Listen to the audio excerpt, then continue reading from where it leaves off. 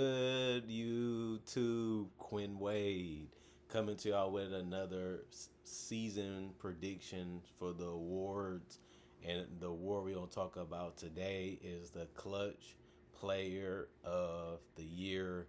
And I want to go through a couple players that I feel like is going to be in that conversation. And then I'm going to pick who I think is going to win this award when the season is over. So this should be a fun prediction video, and there's a lot of players to talk about because a lot of players have shown their greatness.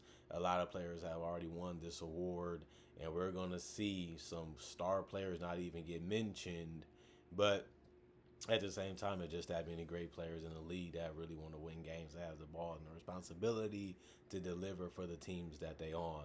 Victor Wembanyama is going to be new and people are going to be shocked. Like, what is Victor Wembanyama on the list for? He's not the greatest scorer. Well, if he's going to take a leap and he's going to play better, he's going to go out there and dominate the game. If he's dominating the game, then that means he's taking over and being unstoppable and figuring out different situations against different type of defenses. And if that's the case, then obviously he's going to be in the conversation to be the clutch player of the year, because that's what you have to do if you want to win games, and you have to be wanting the weight of the world on your shoulders so that way you can deliver and get the honor and get the credit. And clutch player of the year is something to be proud of, because that means you deliver for your teammates time and time again, and they respect you and they like you and they don't mind being carried by you. And that's one of the best things and the best feelings, especially when you're winning games on top of that. Luka Doncic, he's going to be impressive. He looks like he's already ready to go. He looks hungry. He really looks like he has a point that he wants to prove this season. And Luka hasn't really been known as one of the more clutcher players in the league for years, because he doesn't really hit game winners. He usually misses tough shots and misses key shots. When he was younger, he's getting more of the prime version of himself, where everything's slowing down. He understands his game. He understands how to play. He understands how to be effective and efficient to a certain extent. And now it's just about willing your team. Can he will his team to the promised line?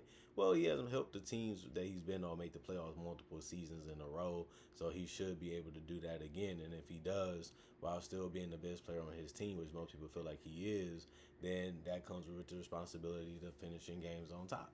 Will he be able to do that? I think he should be able to do it, and he will be able to do it majority of the time, and that's why I have him in as a guy that can possibly win this award. Jaylen Brown, he don't have a choice. If this team wins a lot of games, it's going to be because Jaylen Brown played exceptional basketball and just being a great teammate. But he's going to have to take some big moves and some big shots to be able to win games and help them make it to the playoffs. Which some people feel like they will make it, some people don't. That's all up to how you feel about Jaylen Brown. I feel like he's one of the best wings in the game. He's a great passer. He knows how to use the mid range. He knows how to get to the rim. He knows how to get to the free throw line. He knows how to shoot threes from time to time. Never really been the greatest 3-point shooter, but at least he has the confidence to take it. And I think he's just going to be put in a lot of opportunities where he's going to be able to put up the numbers, and he's going to be able to have a lot of success, especially with his teammates being good floor spacers, and that should help him out, giving him enough room, giving him enough time to get to the shots that he want to be able to win this award. Donovan Mitchell, he's going to be in this conversation because that's what they traded for him to be. They want him to be their closer. They want him to be a guy that can take over. They want him to be a guy that can dominate the ball and set up his teammates by putting points on the board.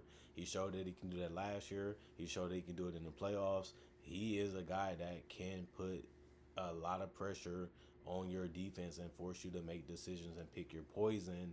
And he's just really good at getting to the basket, really good with his pull up, and he can also knock down pull up threes. And we know that because Donovan Mitchell basically been doing that since he was a rookie. He showed that he can come in and be a really, really good player for any team that he's on. He can fit on any roster, and he's really, really a tough cover for any defense. And I don't see that changing this year. If anything, the failure in the playoffs should just motivate him to want to show that he's ready for that moment again, and he won't let his teammates and himself down this year. So that can help. Shai Gilgeous-Alexander, obviously, you can't leave him off the list. He's one of the best scorers in the league, without a doubt. He's definitely going to have a lot of chances to get to the basket, hit his mid range, hit his free throws, and hit his threes. But he's just so good at allowing his teammates to be themselves while still going out there and getting his. And I think that won't change too much this year. I think it would be a fun thing to see, but it's just something that we have seen from him before. Jalen Brunson, I don't really see that changing. He was the winner last year. I think he's going to be in that conversation again. He is their offense. I don't think they're going to use him as much as they did last year, is why I don't have him winning it. But he's still going to be a guy that's going to want that ball in his hand to make those ultimate decisions, and that should help them win a lot of games. I feel like the Knicks is going to be one of the best teams in the Eastern Conference easily because they were last year and they didn't get any major injuries. So I think that they just have to take advantage of the opportunity. Jalen Brunson going to see it. His teammates going to believe in it, and it's just about getting the job done. Anthony Edwards, you can't make a list without Anthony Edwards being on it because he's one of the most impressive and rising stars in the game. And I think he's going to try to take his game to another level. He's going to want those moments. He's going to want those opportunities. He has the handles. He has the shot. He has the athleticism.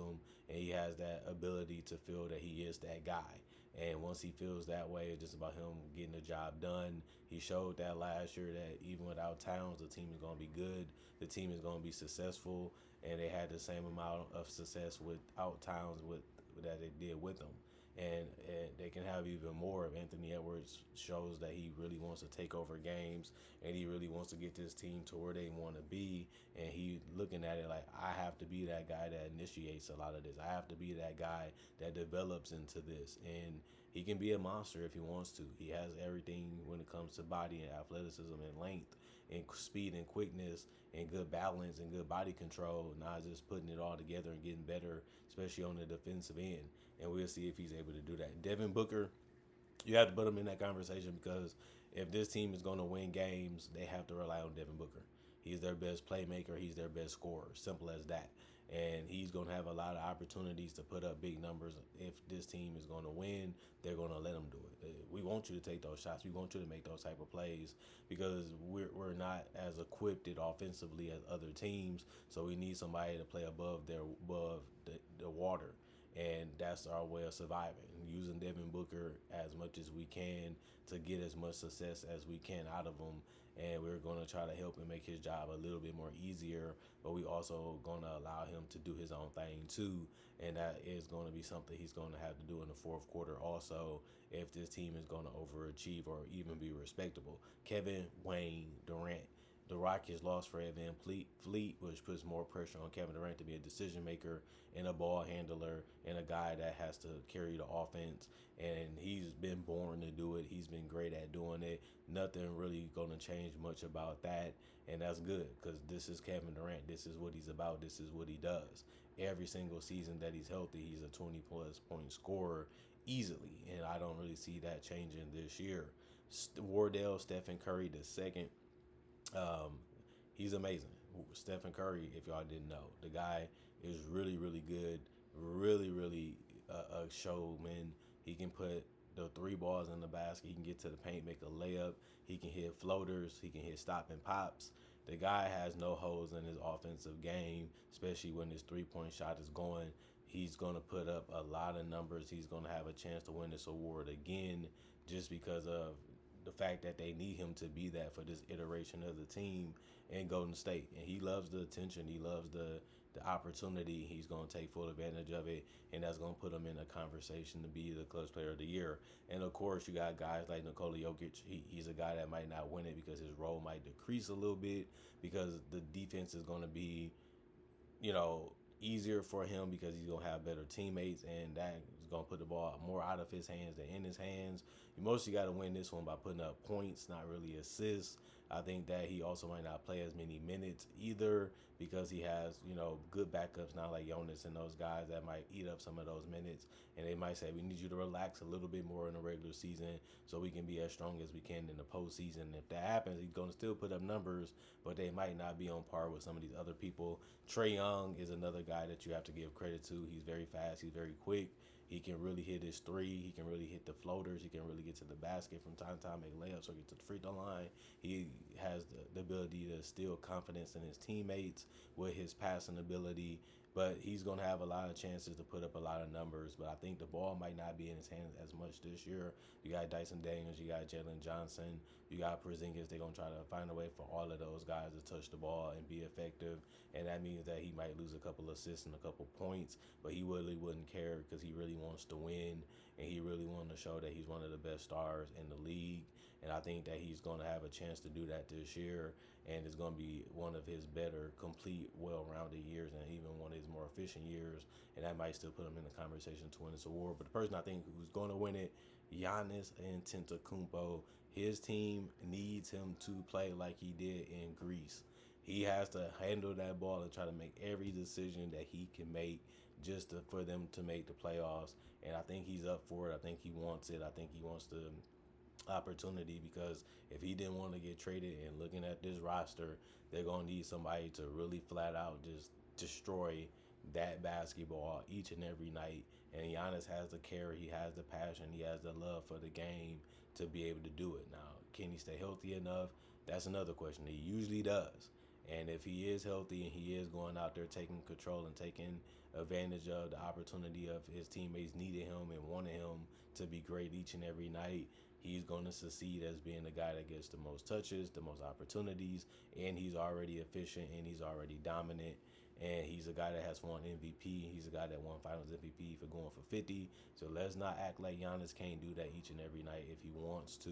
And I think he's going to need to if they're going to make it to the playoffs and be a lock without guys like Damian Lillard, Chris Middleton, or Drew Holiday. They don't have none of those type of players on this roster, so they're going to need somebody else to step up. And Giannis is already a 30-point scorer already. Now he might have to average even more, just because it's just that hard and just that tough to win basketball games at the NBA level. But he knows how to do it because he's the champion. He knows how to do it because he helped the team become a number one team in the NBA, record-wise, winning over 60 games. So if he wants to even win 45 to 48 games to be in a play-in tournament or above that, then he's going to really have to go out there and dominate the game each and every night, which he does already. He just has to take it to a little bit higher of a level and be very, very direct when he approaches the game. And then we'll see him have one of his best complete years in a long time this year. He's just going to have to do a lot more, but then again, they give him a lot of money, so this comes with the territory. Other than that, comment, like, subscribe, share, hit the notification bell to get the analysis when it first come out. I also do conversation videos just like this about various NBA only topics. I also do breakdowns with real footage of legends, current legends, rookies, and also future stars. I also do mock draft and draft coverage too, so you love that type of content, you can't get enough of it. This is the channel for you, and you will love it and you will enjoy it. Not only that, I also say thank y'all for appreciating the content for what it is. Thank y'all for continuing to come back. Thank y'all for continue to support the channel in the past, the present. Hopefully y'all continue to support it in the future. And all I can say is peace out. Y'all stay blessed up. I'm gone for now, and I'll see y'all later today with more analysis on the preseason games, hopefully, if it's meant to